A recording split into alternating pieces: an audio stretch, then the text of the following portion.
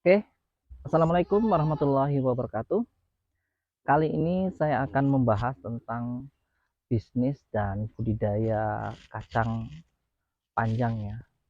Nah, ini kebetulan kita kemarin sebelum tanam kacang panjang kan kita tanam sayur ya, sawi dan kangkung ya. Sekarang kita rolling kacang panjang. Kenapa kok saya tanam kacang panjang? Karena kacang panjang ini fungsinya sebagai penyubur tanah, karena memang dia sebagai pupuk juga ya, akarnya banyak mengandung rhizobium. Nah, secara bisnis kacang panjang ini sangat menjanjikan karena memang perawatannya yang sangat mudah dan nggak terlalu mahal daripada kita budidaya cabai dan yang lainnya ya, misalnya budidaya bawang merah, kemudian budidaya yang lain. Kacang panjang sangat ekonomis untuk perawatan ya. Kemudian kalau skala pekarangan seperti ini kita nggak butuh pestisida secara ketat ya, istilahnya pestisida yang sifatnya eh, kuratif ya, ataupun yang eradikatif, karena memang hama di kacang ini nggak terlalu banyak ya, paling hamanya itu hanya ulat dan kutu-kutuan ya. Nah, kemudian kalau insektisida untuk fungisida sangat irit ya. Kita biasanya pakai fungisida yang sifatnya preventif, enggak fungisida yang macam-macam ya. Fungisidanya seperti kita pakainya adalah Mancozeb, Markozeb ya, yang istilahnya preventif lah, atau yang antrakol kalau yang lebih mahal. Kalau saran saya yang murah-murah aja juga sudah mumpuni, dan seminggu sekali spraynya. Kayak yang lain kalau cabai kan 3 hari sekali, dan pakai pestisida ini enggak ribet-ribet ya, karena memang kalau skalanya di bawah 1.000 untuk tanaman itu lebih simple ya, dalam artian lebih mudah perawatannya. Kemudian insektisidanya juga yang preventif aja. Nih contoh hama kupu nih, kupu ya, ini kupu ini nanti menetaskan berupa ulat ya. Nah, ini harus hati-hati. Kebetulan tanaman saya subur ini, walaupun dihinggapi kayak gini tapi tetap subur, nggak ada masalah hama paling sedikit saja, karena ini sudah buah yang kedua. Ini kan buah yang pertama sudah diambil kemarin, saya nggak sempat videokan, jadi saya ambil duluan ya buahnya, karena kemarin posisinya saya di luar ya, yang manen ini apa namanya, bapak sama ibunya yang manen ya, jadi saya nggak sempat lihat karena memang saya pulang kampung kemarin ya. Jadi untuk tanaman seperti ini kita nggak perlu repot-repot kayak budidaya yang lain. Jadi untuk perawatan di sini, yaitu yang pertama itu yang penting adalah nih, kalau kita lihat tanahnya ini gembur sekali ya, karena kita olah lagi, kita pacul lagi. Maksudnya nggak usah terlalu dalam-dalam, ini cuma 5 sampai 10 cm saja, untuk biar airnya nggak menggenang, supaya nanti nggak kena busuk batang ya. Kalau airnya kering terus, tanamannya juga akan sehat, nggak gampang kena busuk batang, nggak kena virus jamur. Nah, ini fungsinya seperti ini ya. Kemudian untuk perawatan, nah ini saya yang perlu diperhatikan untuk kunci perawatan.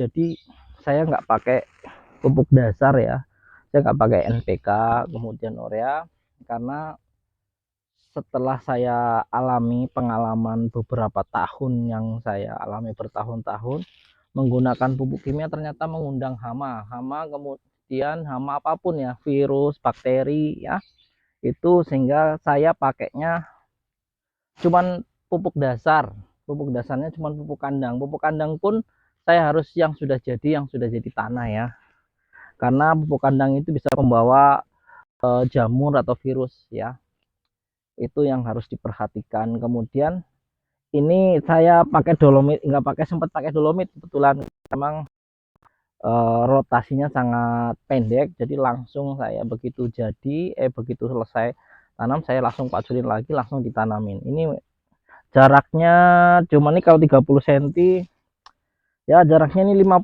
kalau standarnya 70 cm ya, 70 karena ini padat. Ini cuman kalau ini kan paling ini hanya sekitar 50 ya, 50 cm.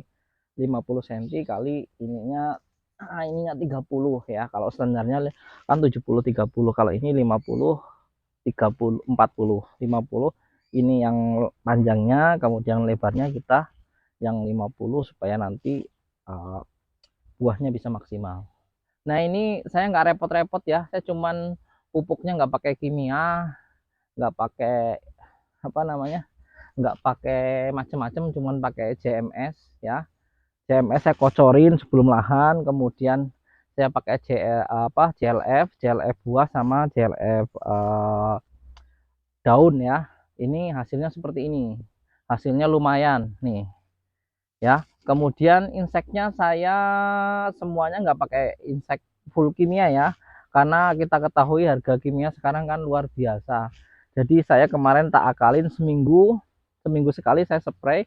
Inseknya saya spray insek herbal ya, herbalnya dari bakau, daun tembakau, kemudian serai, kemudian lada. Nah, kalau yang lebih bagus itu pakai kunyit.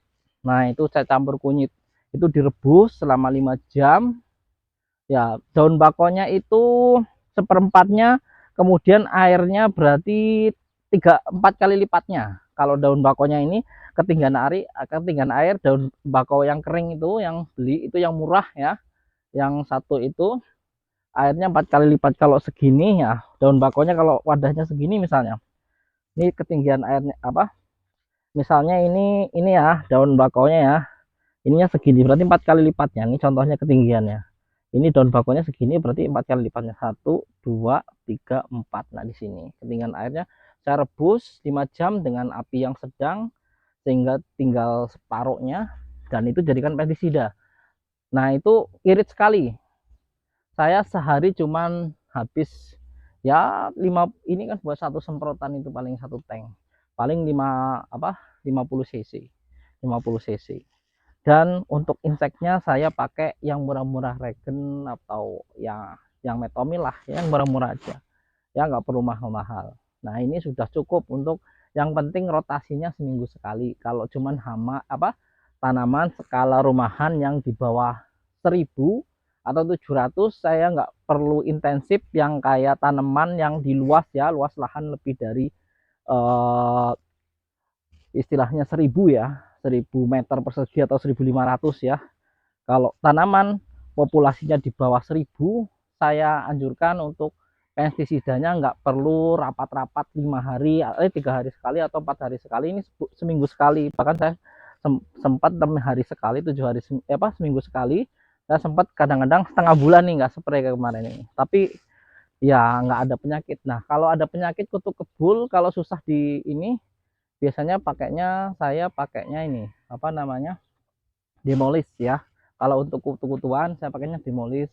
Kalau enggak saya pakainya itu ya, yang ini yang murah yang 30.000, jenis demolis tapi campuran ya. Itu kalau yang agak mahal ya demolis itulah ya.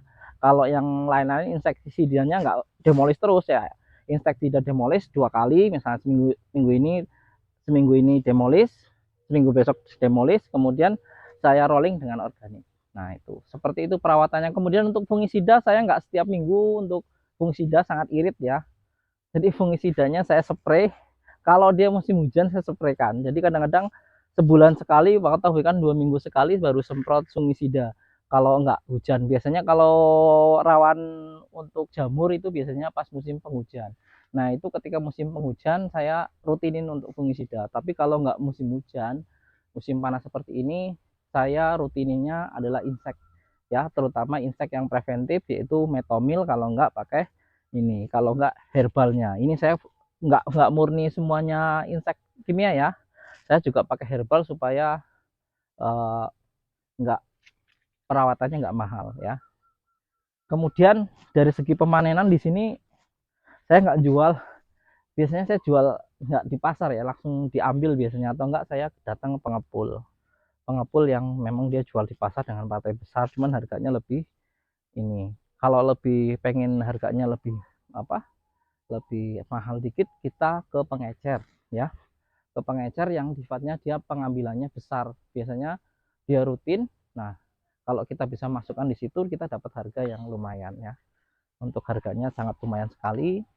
Kemudian di sini nih kacangnya ya. Nah, ini kacangnya bagus sekali nih. Ini kacangnya ini udah saya panen kemarin udah habis ya. Ini tinggal sisa-sisanya aja. Jadi panennya kemarin itu kita dapat ya hampir 50 kilo lebih lah ya, 50 kilo 2 kali pemanenan kemarin sampai habis, karena memang kemarin kita nggak panen secara full karena kemarin pas panen itu sudah sore ya. Kemudian kita jual itu, kalau kita biasanya ngambil itu nggak boleh pagi nanti nggak kurang seger, biasanya kita ngambil sore, nanti kita jual itu jam 6 jam 5 itu kita sudah selesai, jam 2 itu kita petik ya, di atas jam 1-an kita petik, kemudian jam 6 ini sudah dijual ke pasar, karena kita pasarnya biasanya pasar malam ya, malam pasarnya ini sudah biasanya pengepul jam 5 udah ready untuk jual, karena kalau di tempat kita khususnya daerah kita ya, Tanggamus atau Pringsewu itu pasarnya malam ya, jadi kita jualnya, kita setornya biasanya sore ke pengepulnya, atau kita mau jual ya sore-sore itu ya. Kemarin kita ngambil 2 kali, ini udah lumayan ya, luar biasa. Kalau seikatnya biasanya ya itu paling murah ya 1.000 kalau ngambil pedagang. Kalau dapat harga yang lumayan ya kemarin sempat ada yang 2,5 ya. Keuntungannya kacang memang harganya nggak terlalu mahal, tapi bobotnya tinggi ya, besar, kemudian perawatannya mudah, nggak seperti tanaman yang lain. Kalau tanaman yang lain kan cengeng, kalau tanaman ini yang paling cengeng ya kenanya yang agak ribet itu penanganannya ya, paling kutu kebul itu ya, kutu-kutuan ya, bukan kutu kebul ya, kutu-kutuan ya, biasanya yang agak ribet untuk penanganannya. Biasanya cukup demolis sudah kelar ya, sudah kelar, nggak perlu. Kalau rutin insektisidanya yang preventif kayak regen, kemudian ada metomil, itu nggak masalah. Dan ini mulus-mulus saja, saya nggak macam-macam kok, nggak pakai demolisan kemarin, karena memang hamanya kemarin kutu-kutuannya juga nggak ada gitu ya. Kemudian saya spray, kalau ada kupu-kupunya kuncinya spraynya agak sore ya Mas Bro, di atas jam 4 ya, setengah 5 biasanya kupu-kupu itu ini, jadi kita spray pakai take over atau ini ya spontan, nah, untuk membasmi kupu-kupunya supaya telur kupu-kupunya ini nggak jadi ulet. Nah, ini yang biasanya bahaya kan jadi ulet.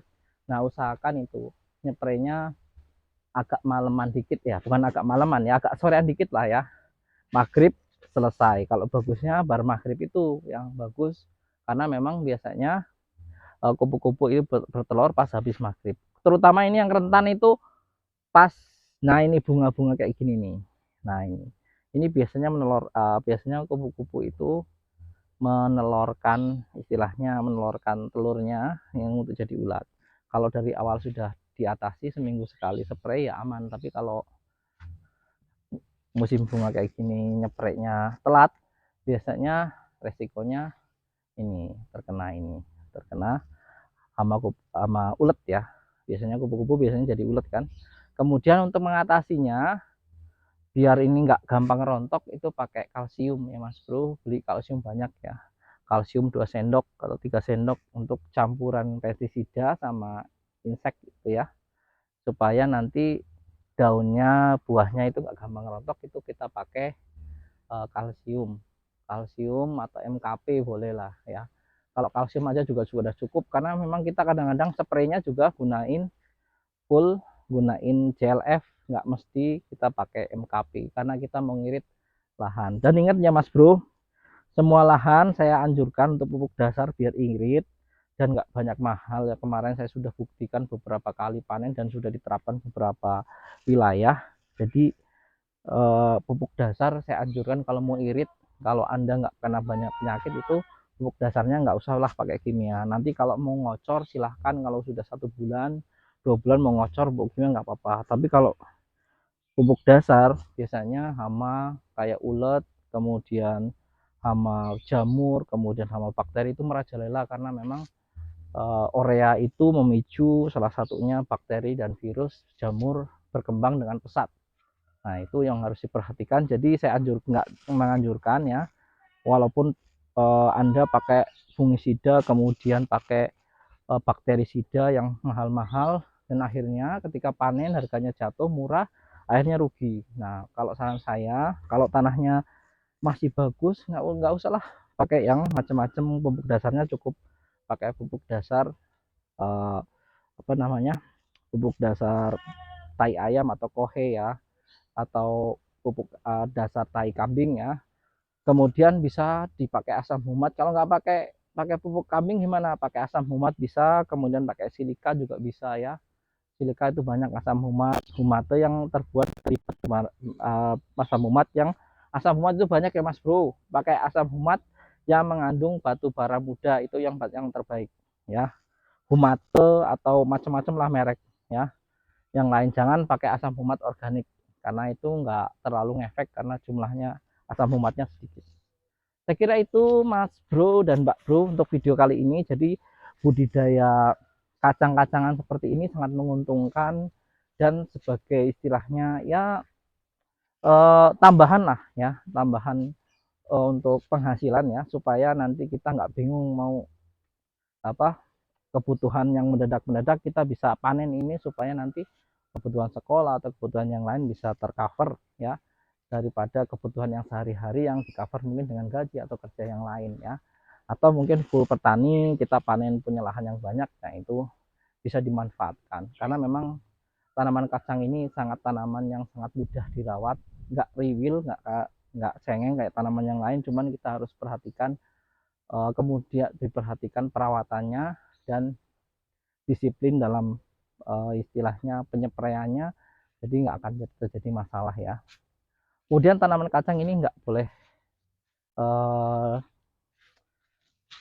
dirawat dengan seenaknya ya Mas Bro, walaupun dia rawat semaunya, nggak harus ada penyiangan juga yang aktif, yang ini juga harus disiangi ya Mas Bro. Tidak, juga kita harus milih bibit yang unggul ya, supaya nanti tanamannya juga akan berproduksi dengan baik, karena bibit unggul itu menentukan hasil di kemudian hari ya ketika panen. Itu yang perlu diperhatikan. Salam sehat semua. Oke Mas Bro dan Mbak Bro, sekian dulu kita akhiri. Assalamualaikum warahmatullahi wabarakatuh.